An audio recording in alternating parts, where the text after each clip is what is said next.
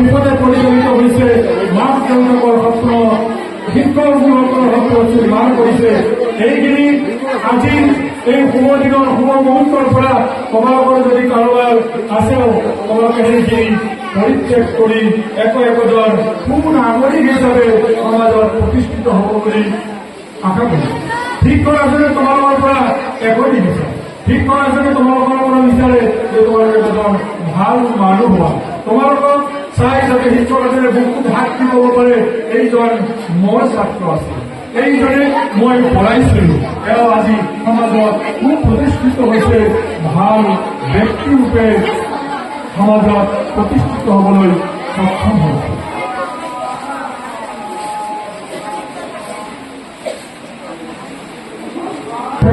কিছু সৰু কবিতা আবৃত্তি কৰি মই মোৰ বক্তব্য সামৰণি মাৰিবলৈ আগবাঢ়িছো।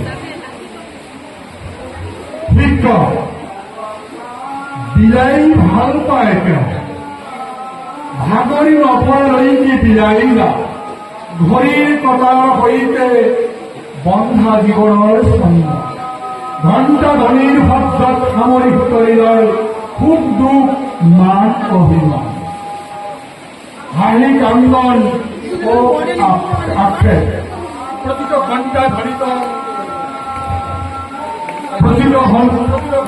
ধ্বনিত নতুন প্ৰত্যয়, নতুন বিষয়, নতুন উদ্যম নিজেই উজাৰি দিয়াৰ শিক্ষক তেওঁ।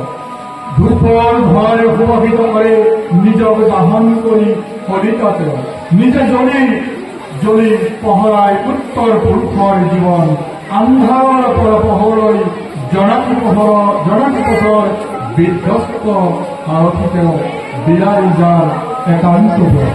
আজিৰ শুভ দিনৰ এই শুভ মুহূৰ্তত মই সদমতিলৈ মোৰ প্ৰাণৰ পৰা আশীৰ্বাদ জ্ঞাপন কৰিছো। তোমালোকে একোজন ভাল মানুহ হোৱা, সুস্থ নাগৰিক হোৱা, তোমালোকৰ লক্ষ্যত যাতে উপনীত হ'ব পাৰা তাৰে শুভকামনা যাচি মই আজি মোৰ শুভ বক্তব্য ইয়াতে সামৰণি মাৰিছো। জয় Hind. I am going to deliver my lecture in a very nutshell. As because we are acquainted with Dr. Sarvapalli Radhakrishnan. So, I am going to deliver my speech in a nutshell. মই আপোনালোকে নিশ্চয় জানে আজি এই দিনৰ তাৎপৰ্য। ইয়াৰ আগতে আমাৰ ছাত্ৰ ছাত্ৰী